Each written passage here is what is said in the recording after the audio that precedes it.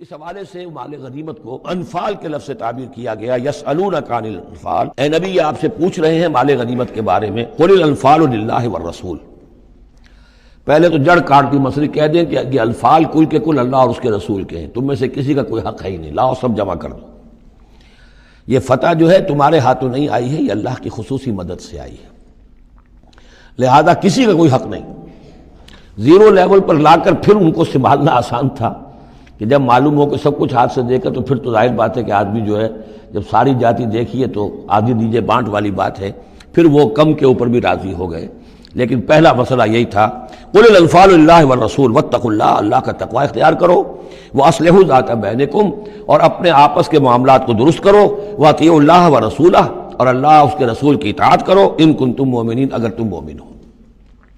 گویا کہ جڑ ہی کاٹ دی، کسی کا کوئی حق اس میں ہے ہی نہیں، یہ سب اللہ اور اس کے رسول کے لیے، یعنی اسلامی ریاست کے لیے۔ اب یہاں جو آگے آیات آ رہی ہیں بڑی اہم ہے۔ بندہ مومن کی شخصیت کا جو حیولہ ہے اور بندہ مومن کی جو تعریف ہے، جامع ترین اور مختصر ترین الفاظ میں یہ آئی ہے سورہ حجرات میں۔ اس کے دو حصے ہیں، ایک تو ہے بندہ مسلم، مسلمان کے لیے تو 5 چیزیں ہیں، کلمہ شہادت، نماز، روزہ، حج، زکوٰۃ۔ لیکن حقیقی مومن کے لیے اس میں 2 اضافی چیزیں شامل کرنی پڑیں گی۔ وہ کیا ہیں؟ دلی یقین اور عملی جہاد۔ بندہ مومن کی شخصیت کے اندر یہ 2 رخ اور ہونے چاہیے۔ جو صرف مسلمان ہے، کلمہ شہادت، نماز، روزہ، حج، زکوٰۃ، بنی الاسلام علی 5، شہادت اللہ الہ الا اللہ وان محمد رسول اللہ واقام الصلاۃ وایتاء الزکوٰۃ وصوم رمضان وحج البیت۔ لیکن مومن، انما المؤمنون الذین آمنوا باللہ ورسولہ ثم لم یرتابوا، یقین والا ایمان، دل میں ایمان، وجاہدوا باموالہم وانفسہم فی سبیل اللہ، اور جہاد کریں اپنی جان اور مال کے ساتھ اللہ کی راہ میں۔ اب یہاں یوں سمجھیے کہ سورہ حجرات کی اس آیت نمبر 15 میں جو ڈیفینیشن آئی ہے، جیسے پرکار ہوتی ہے، پرکار کو کھول دیا۔ ایک حصے کی کیفیات کو یہاں اس سورہ انفال کے شروع میں لے آئے ہیں، اور دوسری جہاد والی کیفیات کو سورہ انفال کے آخر میں لے آئے ہیں۔ تو یہ پرکار یہاں کھلی ہوئی ہے اس ڈیفینیشن کی۔ تو ایک حصہ ڈیفینیشن کا یہاں آ رہا ہے، انما المؤمنون الذین اذا ذکر اللہ وجلت قلوبہم، اہل ایمان، حقیقی مومن تو وہ ہیں کہ جب اللہ کا ذکر کیا جاتا ہے تو ان کے دل لرز جاتے ہیں۔ وَإِذَا تُلِيَتْ عَلَيْهِمْ آیَاتُهُ، اور جب انہیں اس کی آیات پڑھ کر سنائی جاتی ہیں، زادتہم ایمانا، ان کے ایمان میں بڑھوتری ہوتی ہے، اضافہ ہوتا ہے۔ وَعَلَىٰ رَبِّهِمْ يَتَوَكَّلُونَ، اور وہ اپنے رب پر توکل کرتے ہیں۔ الَّذِينَ يُقِيمُونَ الصَّلَاةَ، جو نماز کو قائم رکھتے ہیں۔ وَمِمَّا رَزَقْنَاهُمْ يُنْفِقُونَ، اور جو کچھ ہم نے انہیں دیا ہے اس میں سے اللہ کے لیے، اللہ کے دین کے لیے خرچ کرتے ہیں۔ انفاق فی سبیل اللہ مراد ہے۔ اولئک ھم المؤمنون حقا، یہ وہ لوگ ہیں جو سچے مومن ہیں، حقیقی مومن ہیں۔ لیکن نوٹ کر لیجئے، یہ بھی ابھی آدھی ڈیفینیشن آئی ہے، اس سورہ مبارکہ کے آخر میں آئے گی، اور وہاں جا کے پھر یہی الفاظ آئیں گے۔ یہ آیت نمبر 74 ہے، والذین آمنوا وہاجروا وجاہدوا فی سبیل اللہ والذین آووا ونصروا اولئک ھم المؤمنون حقا لہم مغفرۃ ورزق کریم۔ اس کے بعد ایک آیت اور بعد میں ہے، سورت ختم ہو جاتی ہے۔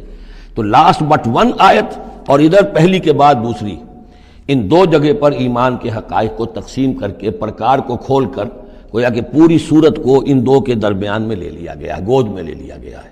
ایمان کی ڈیفینیشن کے یہ 2 حصے جو ہیں ان کی گود میں۔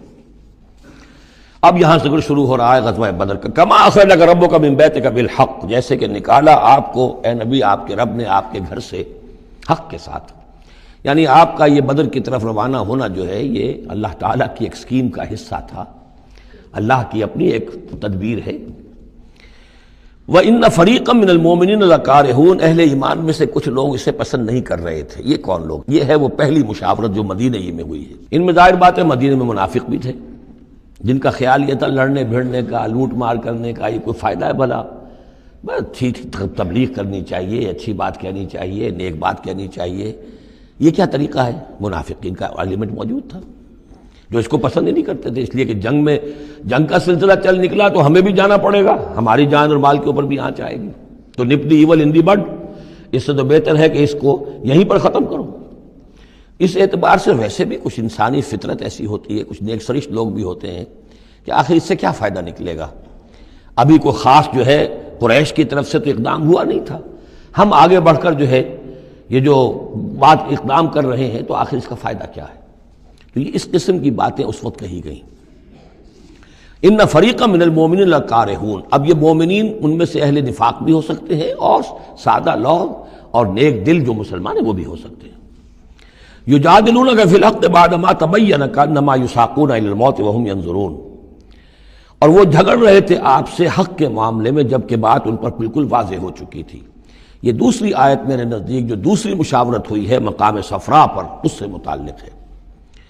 وہ یہ کہ وہاں سے جب مکے سے آپ چلے تو اس وقت تک کسی لشکر وغیرہ کی کوئی اطلاع نہ آپ کو تھی اور نہ اس کا کوئی گمان تھا ابھی۔ وہ تو ایسے ہی تھا جیسے پہلے 8 مرتبہ جو ہے وہ جو ایکسکرشنز جو ہوئی تھیں، جس طریقے کی مہمات بھیجی گئی تھیں، یہ اسی طرح کی ایک مہم ہے۔